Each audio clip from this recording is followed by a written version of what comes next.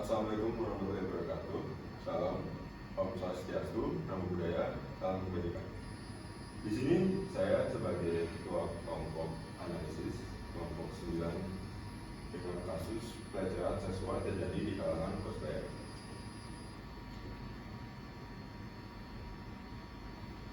Di sini dapat dilihat nama-nama kelompok kami beserta ini. Lalu di sini juga ada alat penelitian yang dimana dimulai dari pendahuluan, yaitu rumusan masalah dan tujuan penelitian.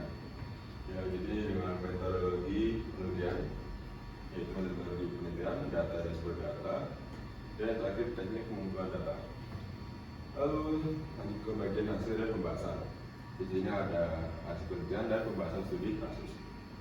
Lalu yang terakhir diakhiri dengan kesimpulan yang dapat diambil dari kasus tersebut yang telah kita baca. Pelecehan seksual adalah perilaku atau perhatian yang bersifat seksual yang tidak diinginkan dan tidak dikehendaki sehingga berakibat mengganggu diri penerima pelecehan. Rumusan masalah: apa faktor penyebab pelaku melakukan pelecehan? Bagaimana respon dari masyarakat mengenai kasus pelecehan dan cyberbullying yang terjadi di sekitar? Dampak apa yang didapatkan oleh korban dan bagaimana cara mengatasinya? Kemudian selanjutnya tujuan penelitian, yang pertama diharapkan masyarakat mengerti dan paham apa itu pelecehan seksual, kemudian apa itu cyberbullying. Kemudian yang kedua diharapkan juga agar masyarakat tahu apa yang harus dilakukan ketika mendapatkan perlakuan tersebut. Kemudian yang ketiga diharapkan juga para pembaca atau masyarakat tahu bahwa cyberbullying itu termasuk ke dalam perundungan secara tidak langsung. Selanjutnya, untuk metode penelitian yang kita gunakan itu menggunakan metode kuesioner, di mana kita mengajukan beberapa pertanyaan yang akan diajukan kepada narasumber untuk dijawab. Data dan sumber data. Di sini ada dua jenis data, yaitu data primer dan data sekunder. Data primer merupakan sumber data penelitian yang diperoleh langsung dari sumber asli dan tidak melalui media perantara. Sedangkan data sekunder merupakan sumber data penelitian yang diperoleh peneliti secara tidak langsung melalui media perantara yang diperoleh dan dicatat oleh pihak lain. Di sini kami menggunakan data sekunder di mana kami mencari data tentang kasus yang akan kami teliti dan memperolehnya dari beberapa pihak dan beberapa media.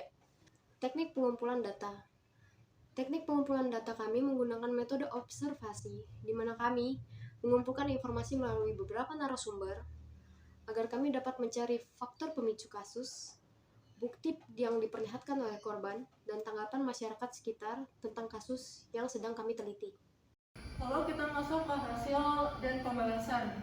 Menurut hasil penelitian yang sudah kami analisa dari narasumber, terdapat beberapa pendapat yang disampaikan dari narasumber kepada korban pelecehan seksual, yaitu masyarakat dapat memberikan dukungan atas trauma yang didapatkan oleh korban dan juga menghargai korban dengan tidak menyiapkan hal-hal yang menyangkut pelecehan seksual.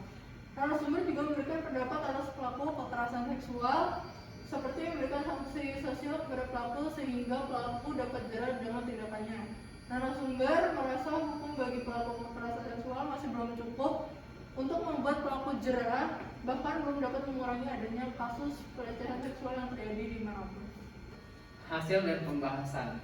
Korban pelecehan seksual sudah seharusnya mendapatkan perlindungan terhadap pelecehan yang diatur pada pasal 5 Undang-Undang Nomor 31 Tahun 2014 tentang perubahan atas Undang-Undang Nomor 13 Tahun 2006 tentang perlindungan saksi dan korban.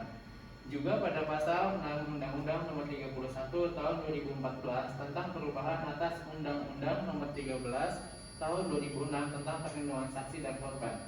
Di samping itu, korban harus diberi dukungan mental karena trauma yang diterima dari pelecehan seksual tersebut. Korban berhak melaporkan kejadian yang menimpa kepada pihak yang berwajib dengan diberikan dampingan saat melapor.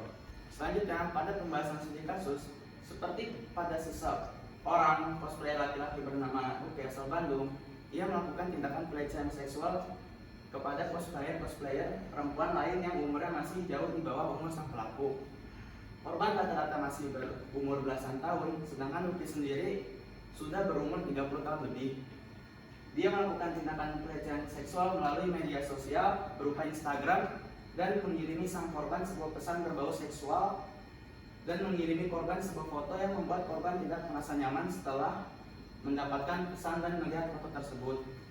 Banyak orang yang meminta Ruki untuk bertanggung jawab atas perilaku yang membuat korban tidak merasa nyaman, dan banyak pula orang yang ingin membawa permasalahan Ruki kepada pihak yang berwenang. Namun, beberapa dari korbannya justru menolak untuk ditindaklanjuti karena alasan trauma dari si korban yang tidak ingin masalah ini semakin rumit dan menambah trauma si korban. Pembahasan studi kasus. Perilaku Ruki yang diekspos pada akun @expsrk itu membuat Ruki sendiri mendapatkan banyak komentar negatif yang bertujuan untuk merundungnya sebagai seorang pelaku. Pada akun Instagram pribadinya yaitu @ruki_92. Akibatnya, Ruki mendapatkan cyberbullying atas tindakannya karena hukuman berupa sanksi sosial yang diberikan oleh masyarakat.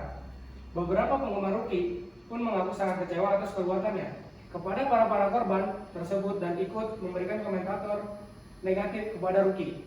Bahkan teman-teman cosplayer Ruki juga turut serta memberikan komentar negatif kepada Ruki.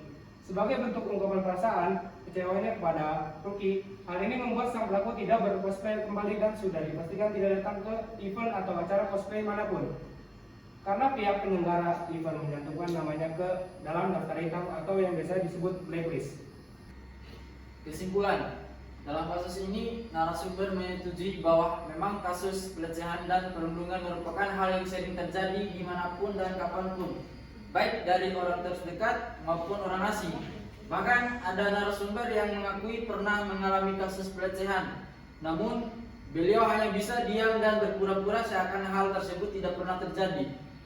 Pelaku dari tindakan tersebut memang pantas dikenakan hukuman, akan tetapi hukuman saja tidak dapat menghentikan tindakan pelecehan dikarenakan hukum bagi pelaku pelecehan seksual dan perundungan masih dapat dikatakan terlalu ringan. Bahkan masih ada saja pelaku dari tindakan tersebut yang mengalami kehidupan dengan normal, sedangkan di sisi lain ada korban yang dihantui oleh tindakan para pelaku. Narasumber juga mengharapkan agar hukuman bagi pelaku pelecehan seksual dan perundungan dapat diberatkan sehingga pelaku benar-benar jera dan menyesal. Sekian dari kelompok 9 presentasi mengenai kasus pelecehan seksual terjadi di kalangan cosplayer. Kami harap para pendengar atau penonton dengan mudah mengerti apa yang telah kami jelaskan atau analisis yang telah kami lakukan. Saya sebagai perwakilan dari kelompok 9 mengucapkan terima kasih dan memohon maaf apabila ada kesalahan-kesalahan pengucapan kata atau kesalahan-kesalahan kecil lainnya atau bahkan kesalahan besar. Salam kebajikan.